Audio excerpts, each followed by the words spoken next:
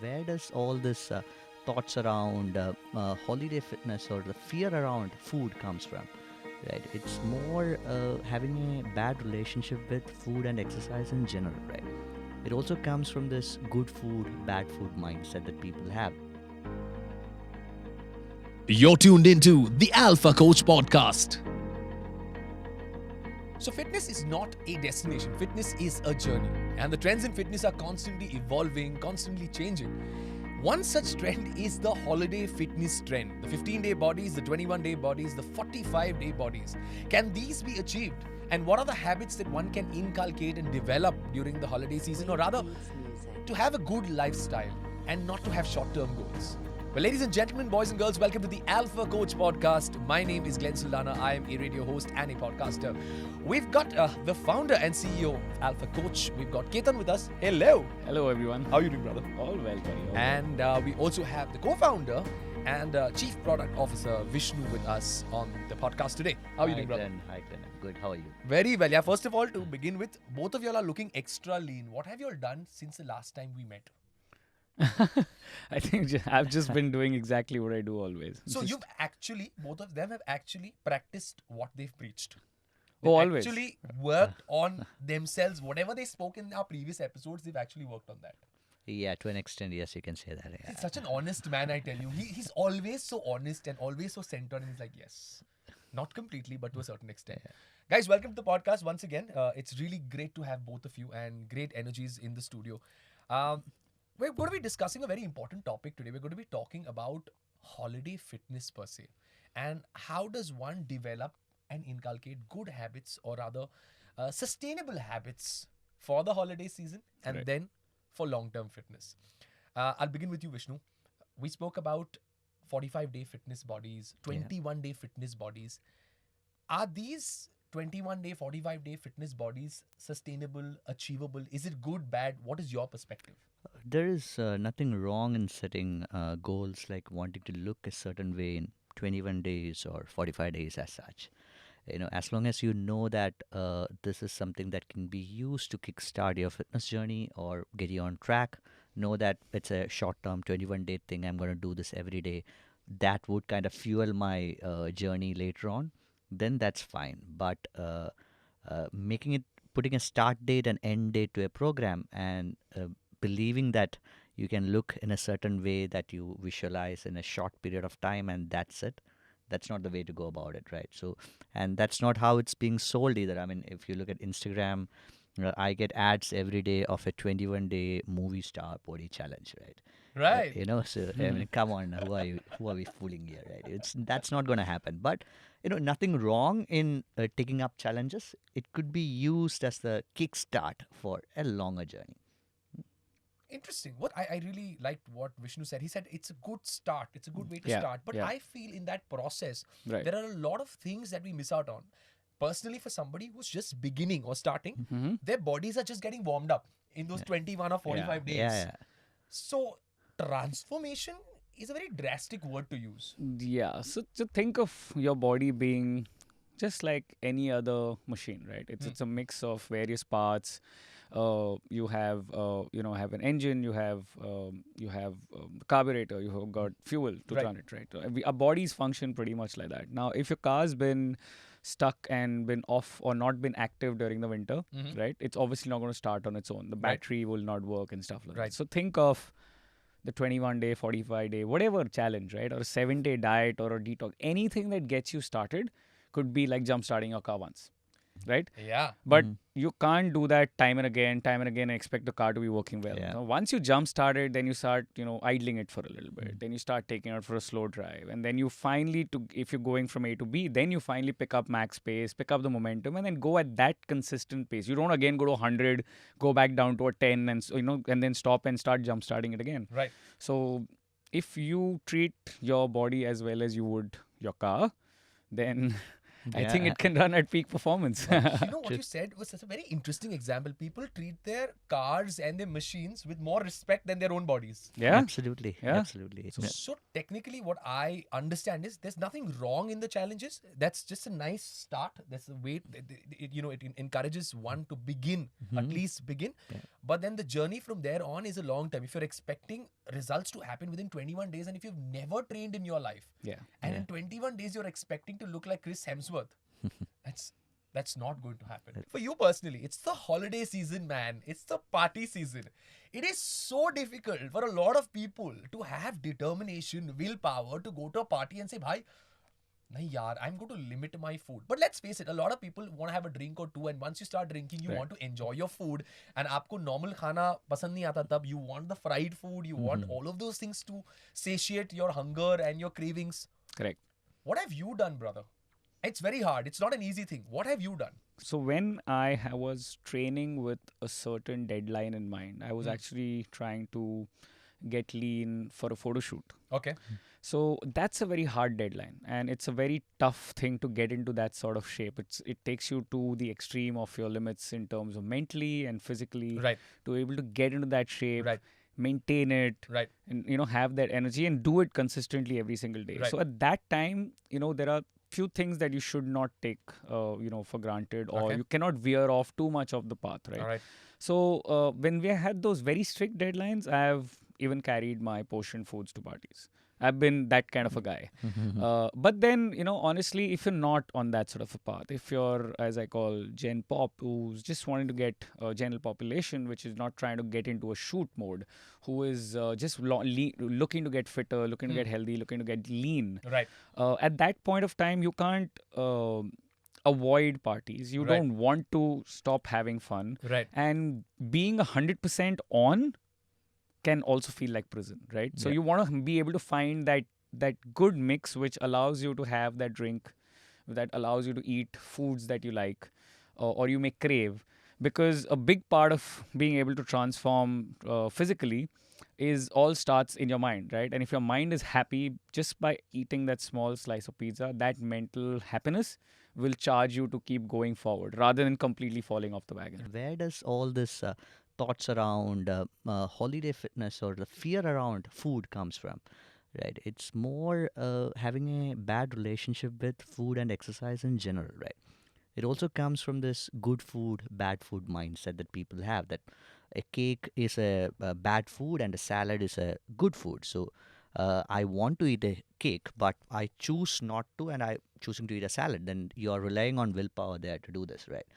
So what if you look at fitness as a very long journey, and festive seasons are something that comes in part of this journey, which will be probably a small percentage of the total number of days that you are following a particular diet or anything of that sort.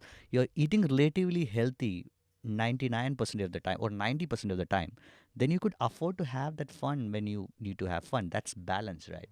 And it takes time and skill to develop that and come out of the mindset that I can choose to have a cake when I like to, but 90% of the time I am choosing to eat healthier options. So I can choose to. I exercise then, so I can do that, right? So that building that healthier relationship with food and exercise is something that people should focus on rather than how to manage my diet during just holiday season, right? So then you're out of the diet mindset suddenly. Then you're in that lifestyle mode, right? So that's how Right. general population can look at it.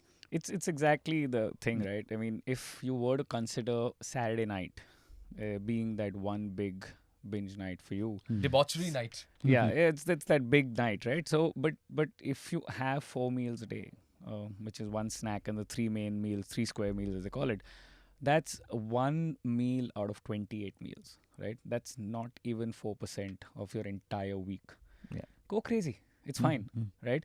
But the thing is that if you make it 40%, which is a lot of people like us do, that Friday afternoon onwards, it's all gone. Monday to Friday, 4.5 days of great diet, 2.5 days of go crazy because weekend, YOLO, all of that stuff, then obviously you're going to fall off. So 4 cannot become 40. That's the Yeah. only thing. But Yeah. but like you said, I mean, if you develop an understanding and actually start liking and craving for good food. Like if I don't eat a salad every other day, I start to crave it after a point Yeah. because it Right. actually feels good. It felt like torture at the beginning, Hmm. but over time you start to realize it makes you feel full. You can make it tasty.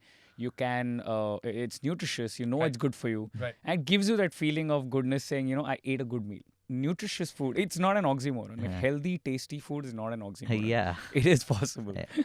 The problem I personally feel with Shadi fitness or that short-term fitness goal, I call it Shadi fitness, is primarily that I have done it, and I'm going to speak for myself and my own example. Initially, when I started off, when I did not know how to do it, I'd go on an extreme diet, I'd try extreme things, and suddenly my body would yo-yo because now my body's put into extreme shock. Yeah. I'd either be on an excessive caloric deficit, which is eating very little, which in turn would ruin my sleep, and I wouldn't sleep because I would have headaches. I wouldn't be able to wake up in the morning. I'd be very lethargic. I'd be very cranky because obviously there's less fuel in my body. And I had developed this hate towards food. Yeah. Like yeah. I'd see food and be like, no, I don't like this, but it's bad for me. This is what I would have. This is the kind of relationship I had developed. And eventually, while understanding my body better and while practicing, healthier techniques and workouts and finding a balance, and I'm still searching for that balance, my relationship with food has improved. I spoke about a very important point about sleep. Yeah. Sleep is a very important factor, and a lot of people, especially the millennials and Gen Z, I think a lot of my own friends feel that not sleeping is very cool. Yeah, bro, we don't sleep, bro. I mean, like, I pulled an all-nighter. Yeah, bro. No sleep, bro. But I think not sleeping can really screw you big time. It can. So there are studies which shows that adults who get lesser sleep are 55% more prone to obesity, and it is even more in case of children. So Even more for children. even more for children. So if you are spending your all night scrolling through Instagram or social media or watching videos and not sleeping, then that's gonna have a massive impact on your fat loss, fitness, general health in general. So it will affect your circadian rhythm, and again your hormonal balances. So like growth hormone for that matter spikes at midnight, right? So you're not sleeping at that time, that spike won't be good enough. That would have an impact. Imagine that impact on children, right? Similar, right? So sleep is very underrated, and sometimes if you're doing everything else right, and if you're not getting enough sleep, then that's going to affect you very badly, health wise, fat loss wise, muscle gain wise. This happened to me in July. Huh. We were working and building the product, Yeah. doing the fundraising, closing out of fundraising, and we were due to do a shoot in August, which we eventually pushed back to September because we were just way too busy at that point in time. But I remember at that point of time, my coach in Alpha Coach, I told him, for 2 weeks, 3 weeks, I just wasn't losing any weight, although I was on a calorie deficit. I was at 18,000 steps a day. I was training 4 days a week, and I was working hard. And this thing, one thing that stood out was that my average sleep was 4.5 to 5 hours. Wow. Yeah. Because I was just so busy. I mean, I would constantly be thinking about everything that we have to do, etc., right? And then what he simply did was, he told me to cut down my steps by 33%. He cut down to 10,000.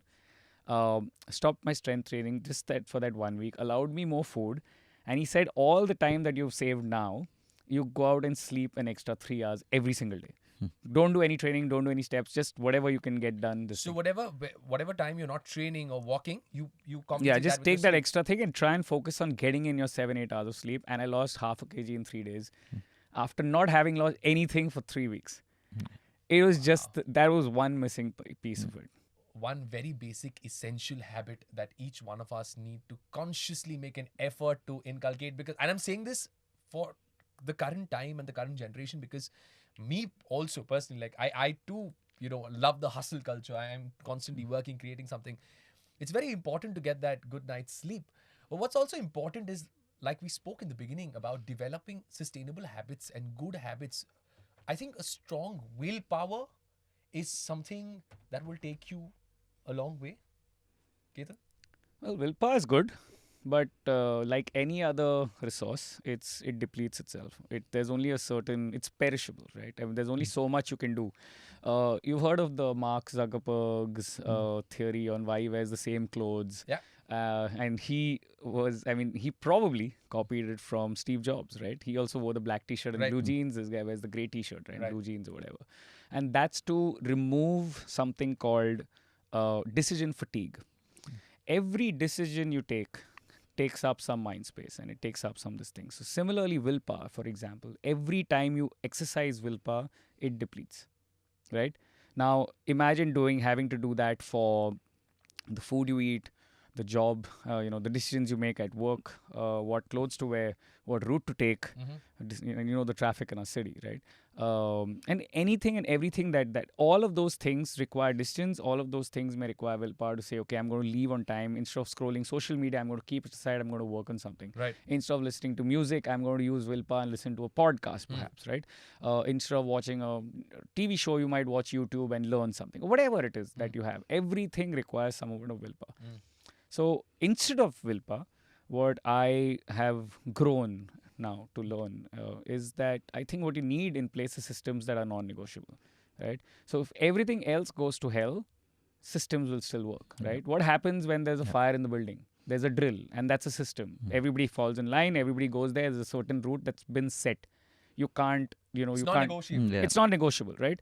The system at home in general, whenever it's all working, you have somebody who cooks, who cleans, or this thing who takes care of the house. Everybody can't be doing it in chaos, right? Right. It's there. So the system has to prevail, and if you can create that system and structure in your life to get things done, saying that itne baje main ye karunga, I'll wake up. My first thing is empty stomach. I get up, I have whatever, my pre-workout, my this, that, whatever. I go hit the gym.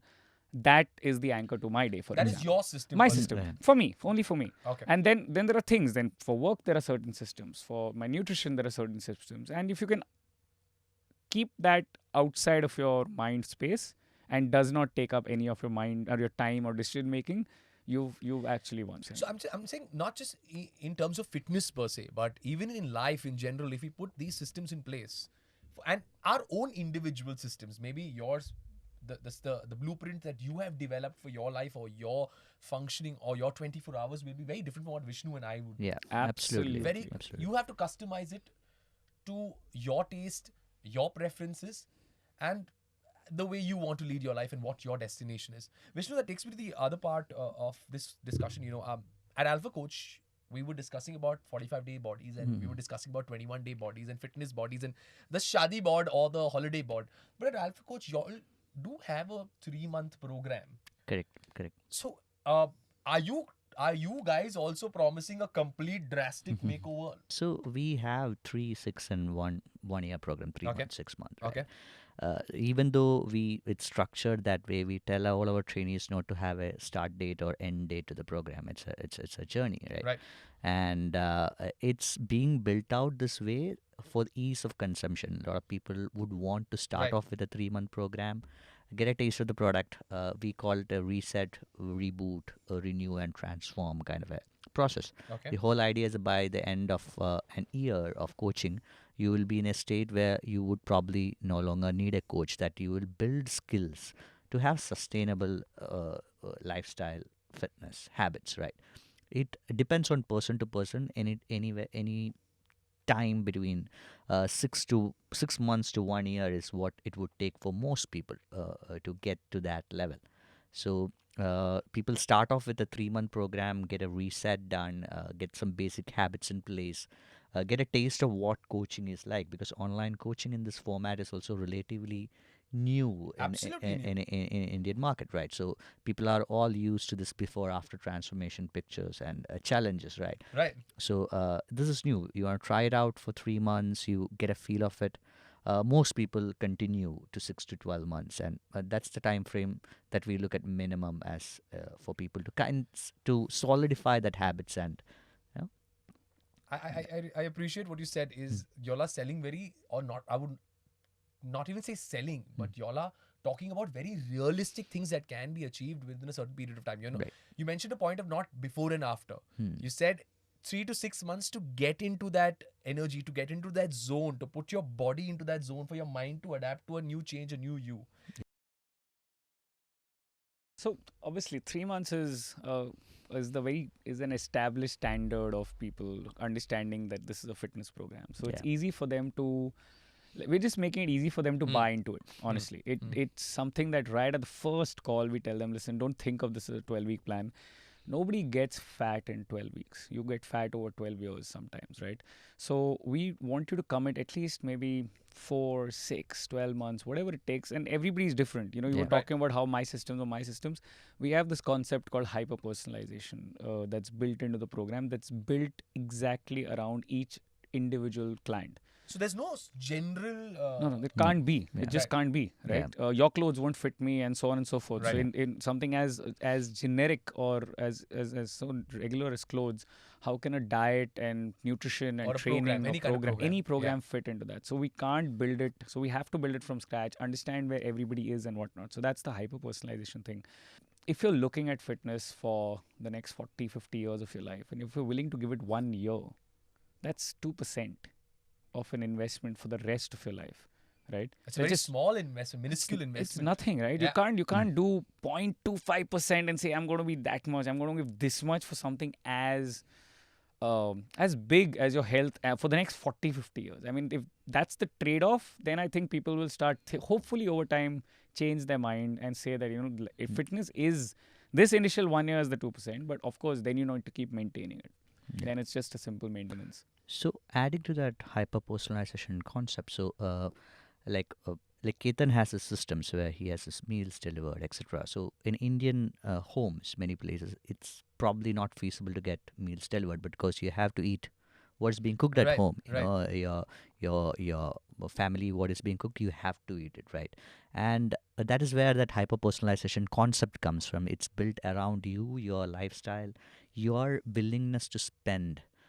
All these things are taken into consideration while building a program, and that's also the reason why different people would take different time frame to set into that processes and reach that level where they are kind of self-sustained, are no longer worried about a party or no longer worried about the vacation, right? And they learn to manage their life and fitness all by themselves.